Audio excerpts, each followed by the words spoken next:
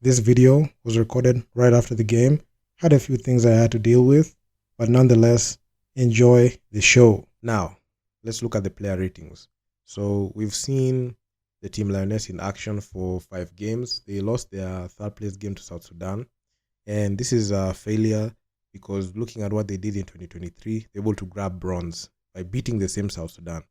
So with that out of the way, let's look at what the individual players did, and we add some context to it, and looking at how I've been covering this team and talking about them post game and giving some analysis. Now let's look at the players and give them a rating, and we rate their performance on a scale of 1 to 10.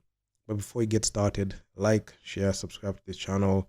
I've been enjoying so much support on this channel, so help a brother out. With that one out of the way, let's get into it. So we have our leaders. So in efficiency per game, Victoria Reynolds with 20.6, Mercy Wanyama 14.8, Rita Oluoch 7.0. Now let's add some context to these statistics. So for somebody like Victoria, I can say these are inflated statistics, and we will see why. Because she averaged north of 35 minutes per game, and this is what she was able to produce for us. So there's this theory, and there's this thing that I even came up with. I said, you can average the most points on a garbage team, and it makes you look like you're good. But initially, if you look at the points and individual statistics and the impact to the game, it's a net negative, and that is what you're seeing with somebody like Victoria, Mercy Wanyama, because those are the two prominent people who feature a lot. And it was pathetic. Selena, 8.4 points. She was third in scoring, Mercy Wanyama with 12.2. And also Mercy Wanyama is the same case because she was playing heavy minutes. For her to average these statistics, she had to play heavy minutes to be able to get there. That's the thing that also Victoria is suffering from. So Team Kenya, it was a downgrade from the performance that we had in 2023, just like I said. And statistically, I mean, it's pathetic. So Victoria played 5 games and she averaged 35.3 minutes. She was 42% from the field, 82% from the line, about 4 attempts per game, and she was not a good player at all. She averaged 3 turnovers. At some point, she averaged like 6 turnovers, which we covered in previous videos, and she had a plus minus for minus 12. Even if her efficiency looks like it's good, the play efficiency and plus minus tells us the impact the statistics had for the individual player to the actual game and to the actual team. So you could see, even despite having like 19 points per game, you could see it took her 35 minutes, and still in that process, she was hurting her team in the process. And this did not even impact to wins, because the only time that Kenya won was against Burundi, which was a weak team. When it really mattered against Egypt, Uganda, and South Sudan twice, she was non-existent. And the inflated stats of these players came from that Burundi game, and that should be noted. So for Victoria, I give her a solid 2 out of 10, because you expect this player. I was expecting this player to at least help this team on offense, but she didn't. And one thing about Victoria is this is a player that can only be productive when she's not guarded heavily. Case in point, against that Burundi game, she was able to get to her shots very well. But in the Egypt, Uganda, and South Sudanese game, she was a turnover machine. She couldn't get into the offense because she was guarded heavily, and she couldn't manufacture her shots the way she did. So when she plays against lower and weaker opposition, that's when she thrives. But when she plays against teams that have the ability to defend her, that's where she fails. So that's the reason as why I give her a 2 out of 10. And she's not a good player. And this tournament proves me right that she has fallen off. And this is a player that will post so many videos on social media just showing that she's playing well and she's training. But if you look back at it, you'll see that this is a very below average player. I can even say out of all the other players, I mean, there are players who are worse than her, but I can say she's the best of the worst in this bunch, because there are so many poor players in this. So I give her a solid 2 out of 10. Mercy Wanyama, she played 5 games, averaged 30 minutes per game. That game against Egypt, she played the whole game, and she didn't even produce anything significant. She was 45% shooting from the field, and on about 3 attempts from the line, she shot 57%. She had eight total rebounds, about 2 assists, and 3.4 personal fouls, 1.8 turnovers a game. So she is not a good player at all, and she had a plus minus of -6, and she had an efficiency of 14.8. So for somebody like Mercy, you expect her to be able to produce for us at the front court, and she lacked the ability to do so. And it needed her to, she needed to play like so many minutes, and for her to even get into the game, she had so many minutes and so many reps to be able to get into the game. And at some point, she was getting tired because of how the game was going, especially at the flow of the game. At the start of the first half, first quarter, second quarter, she was productive, but as the game progressed into the third and fourth, late in the game, that's when you saw her regression in productivity, because she was forcing things, she was missing layups at the rim. This is not a player that you can rely on down the stretch. This is not a player that is built to play the whole 40. And it's unfortunate that she's being put in this situation, and she's accepting it.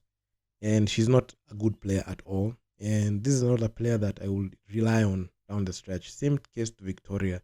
It's unfortunate that these are the two leaders of the team in terms of statistically and minutes-wise, because it shows you that these players are only good when they play weak opposition. So for Mercy, I'll just give her a solid 2 out of 10 because of how she played poorly. Now, Selena Okumu, so she's a turnover machine. She's one half of the turnover triplets. So the turnover triplets are Selena, Victoria, and Natalie.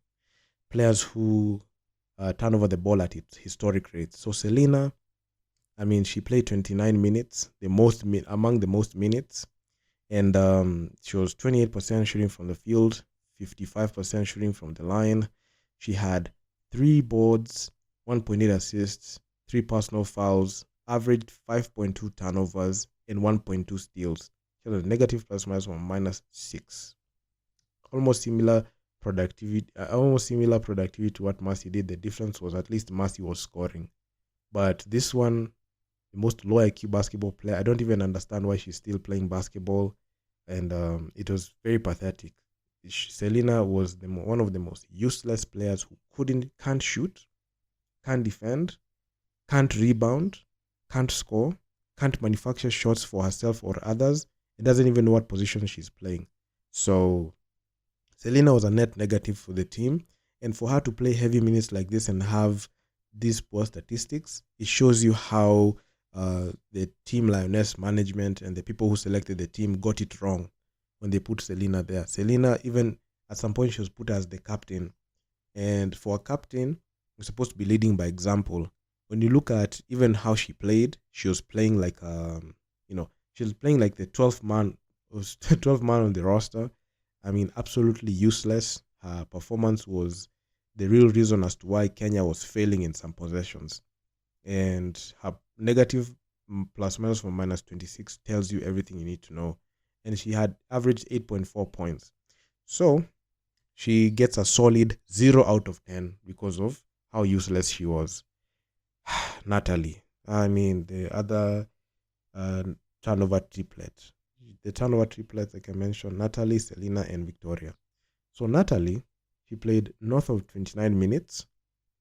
She shot 26% from the field, 19% from downtown, and 67% from the line for a player who plays the point guard position. 3.8 rebounds, 4.6 assists, 2.8 personal fouls, 6.2 turnovers a game, plus minus or -6, and she got about 7 points per game in those minutes. So she's also a low IQ player, somebody who should not even be in the national team, a player who is very useless, somebody who does not know the role of a point guard in the team, somebody who has no ability to even do basic dribbling. She doesn't have no crossover, nothing. And she's somebody who is a very poor decision maker on the court.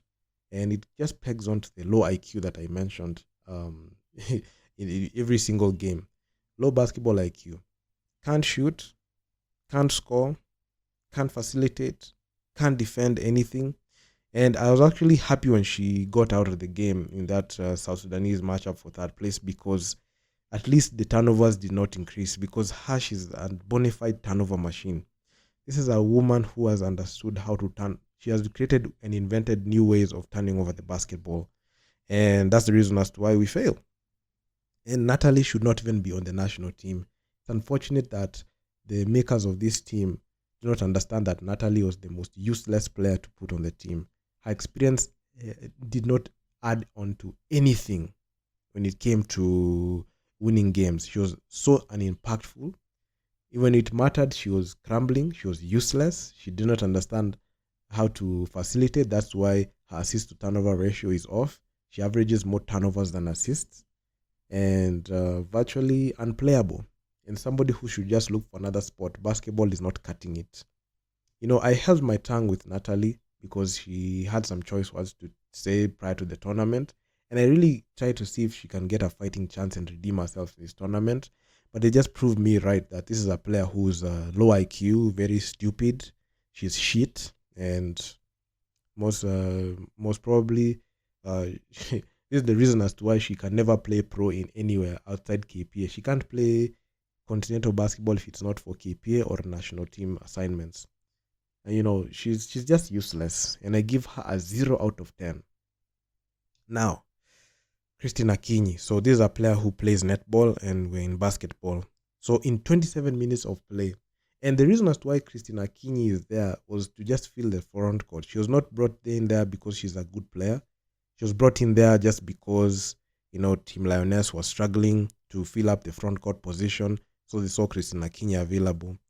And this is a girl that has regressed, and you have never seen her play at a good level at all, at a high level at all. And I can say she's one of those hustle players that thinks they are good because she plays for a team in ZTech. And so she even played in the 2021 Afrobasket, and still her productivity was non-existent. And this one was not different. Even from the one that she played in the qualifiers, this is a player who, her game does not change. She thinks in her mind that she's playing against, the weak KBF teams. Even I can even say Natalie also thinks that the Egypt, Uganda, South Sudan are like those weak teams that she's used to dominating. These players just post inflated stats when they play for KBF. When it comes down to it, they're just plain useless. Somebody like Christine, very useless. Look at the minutes that she played. She played north of 28 minutes. 32% shooting from the field, 40% from the line. She shot 39% from downtown. She had, for a player who plays the front court position, she had 3.4 boards, 0.6 assists, 2 personal fouls, 2 turnover, 1 steal. Negative plus minus of -8. So by all means, this is a player that was just a roster spot filler, a bench warmer at best. Somebody who's very useless, somebody who lacks the ability to do anything basketball, and should basically just be returned, should just go back to playing KBF basketball. She's not ready mentally, physically. She doesn't have the ability to pose a threat or even resistance to all the other front court players on the other teams, similar to what we've seen Mercy and Selena do. And Natalie and Victoria, they have proven that they don't have the ability to measure up with their peers in the continent. So they're not as good as you might think. So Christine, I give her a solid 1 out of 10. 1 out of 10, and I'm being very generous.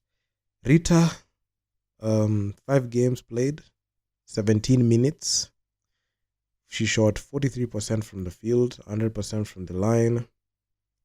And she had 3 rebounds, 1 assist, 2.2 personal fouls, 0.6 turnovers, 0.8 blocks, plus minus plus 2.4. So at least she, even with her play, she at least had a positive plus minus, but she's not a player that can impact wins. And Rita, I can say that she was just brought in to just fill the front court position. So the team was just scrambling to get players who can be able to fill and be able to rebound for the team. And they did not even put merit there, because as you can even see what Rita did in the WBLA qualifiers last year for the Equity Hawks, she was very useless, and I don't even understand why she was brought in. So not much to say here. Solid 1 out of 10. I'll just give her 1 just because she didn't average historic turnovers like that, like the ones we have seen previously from other players. Right. Jemima Omondi. So she didn't even play too many minutes. She didn't log too many minutes like that. 12 minutes per game. She shot 26% from the field, 50% from the line, 1.8 rebounds per game, 1.2 assists, 0.8 personal fouls, 0.8 turnovers, 0.4 steals, and she had a plus minus of 0.8. So Jemima, you can't even tell the difference if she was on or off the court, because the only time her stats just got inflated was against the South Sudanese team, and she only got minutes because Natalie went down. So the stats looked inflated because she only played for like, that last game for about like 30 minutes, and just because Natalie was down. So for her, I'll give her a solid 1 out of 10, just because she played. She had 13 points in that Kenya versus South Sudan game. So 1 out of 10. Elizabeth Okumu, she's a sister to Selena Okumu. It's unfortunate that Selena could not even tell Coach Menga to play her own sister. I saw this and it was just hilarious. I didn't bring it up in the previous videos, but I saw it fit. Let me just bring it here because this is something that I noticed. You just see your sister just ride the bench and you just do nothing, even stand up to the coach. So she didn't do anything much. She was just there. She was just rotate the point guard position. I'm not gonna go in on her because it's her debut, so I'll give her a solid 1 out of 10. That's the best I can do, because we were not even able to see what she could produce for the team, because she's not even given enough reps. I know this is one of those players that we should build around, but given the current system, nothing. Vilma Owino, 7.6 minutes per game. Just another player who just was she was brought in to fill the front court. That's it. She was brought in so that just for just to fill in that spot, because at some point the team Lioness were just losing front court players. So I just give her a solid 0 out of 10 because of her unproductivity. And even when it matters, she didn't even play. Belinda, even before even go through her statistics, 0 out of 10. I mean, she is somebody who's old, a player who's very unproductive. She struggles in KBF games. This is a player who should just think of another sport, or just think about retirement, because she was brought in just as a roster filler for the front court, similar to what Belinda, Vilma, and Rita and Christine were just players who were brought into the team just to fill the front court. They were the solution to the roster problems that the team Lioness had, and Belinda was no different. So I just say she's just 0 out of 10. Even going through her statistics doesn't even make any sense to me, because she was the worst, and she had a plus minus of minus 7.8. Very useless. Ashley and Margaret, I just feel very bad for them, because we're not even able to see what Margaret could do. She had a couple of DNPs. She only played 2 games out of 5 games. Ashley only played 3 games out of 5 games, and they didn't even get to play at all. Like, Ashley only played like 2.8 minutes, Margaret 3.2 minutes. This was not even enough to even show these players how productive they can get. So yeah, I mean, it's unfortunate. I'll just give them 1 out of 10 because as we speak right now, the players that the team should focus and prioritize on is Margaret, Ashley, Elizabeth. Those are the only 3 players in the rebuild. And Jemima Mondi, at least put her there. Those only 4. Out of all the players that should be retained, those are the only 4 players I see that deem fit.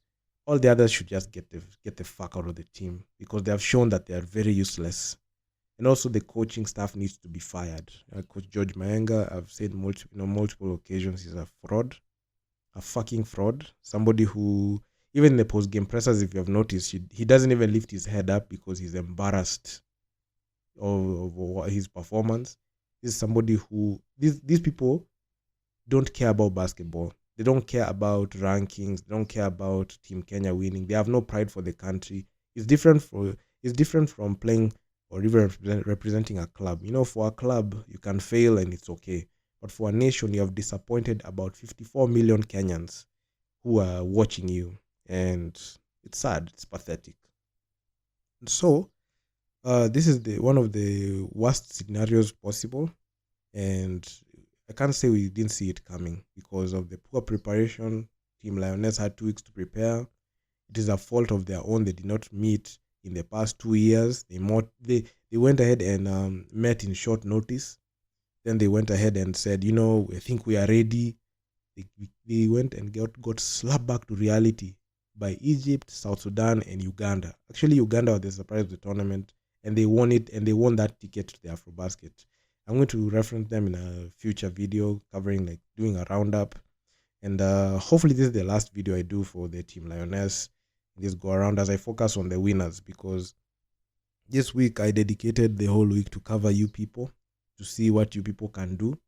And I was very disappointed in these performances. And I made sure to air out my views in every single game.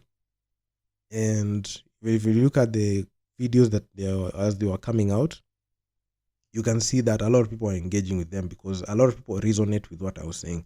So it was a very pathetic performance. These players should be subjected to media. They should not be allowed to sneak back into the country like the way they are used to, because as you have noticed in previous performances, you will see that these players go ahead and sneak back into the country. They think that they are the smoothest criminals since Michael Jackson. They sneak back into the country. They dodge accountability. Even the federation officials should be held to account, especially in this election year. These people, the only thing that we need is answers. And these people must give us. They should tell us, why did you play poorly? From their perspective, because you already seen the statistics, you already seen the film, you already have everything. So you should come out and own up and say, man, we are sorry. We shouldn't play. And if you are going to, if you're going to, if you feel like you are not comfortable with the team, you step down, because this is bad, and I don't like this at all. Other continents, not other continents, but in the whole continent, Kenya, in East Africa, we are the laughingstock when it comes to Kenyan basketball. In this whole tournament, we are the worst team. I can say Burundi were worse, but the way we looked was bad, given the reputation that we have. Because Kenya, for the women's side, they won Zone 5 in 2021. They finished with bronze in 2023. Right now, they finished 4th. And in every single game, you could see, in this whole tournament, it was only Kenya and Burundi who looked bad in every single game. So it's pathetic. It's pathetic. So do drop me your comments down in the comment section down below on what you think about these ratings. Do you think that these players should be given another chance? Because you have given them so many chances, but they are still failures. And they have shown that they are very stupid players. They are shit players who have no business playing basketball. And it's unfortunate that they still get opportunities to play. And also, just in closing, as long as we have the likes of Paulo Tula, Angela, Moses Wanjara running the federation in a very incompetent and inept way, we'll continue to see such performances. Let's not forget that these are the people who constructed this team. I saw Angela was there, and she is the one that is propagating the culture of impunity together with the KBF president, who is very incompetent. And in this election year, these are the games and these are the things that we will bring up. And these are the things that we'll tell people that it's happening. And the Kenya Morans are not too far away, because in a week, they're going to be playing. And we're going to be, I'll also be releasing videos similar to what you have seen, the coverage for the Team Lioness. So don't worry, I got you. I mean, we are going to uncover all the filth and rot that is hurting the Kenyan basketball, from the national team level to the Kenya Basketball Federation, Kenya Basketball National League. We're going to talk about everything. So don't worry, buckle up. You have seen how January has started off with a bang in February, and the videos are just piling on. The posts are piling on various social media. So we're going to make sure to do this information and civic education campaign on matters Kenyan basketball, so that people understand how we came to where we are at this point. So like, share, subscribe to the channel. I'm gonna see you guys in the next one. Peace out.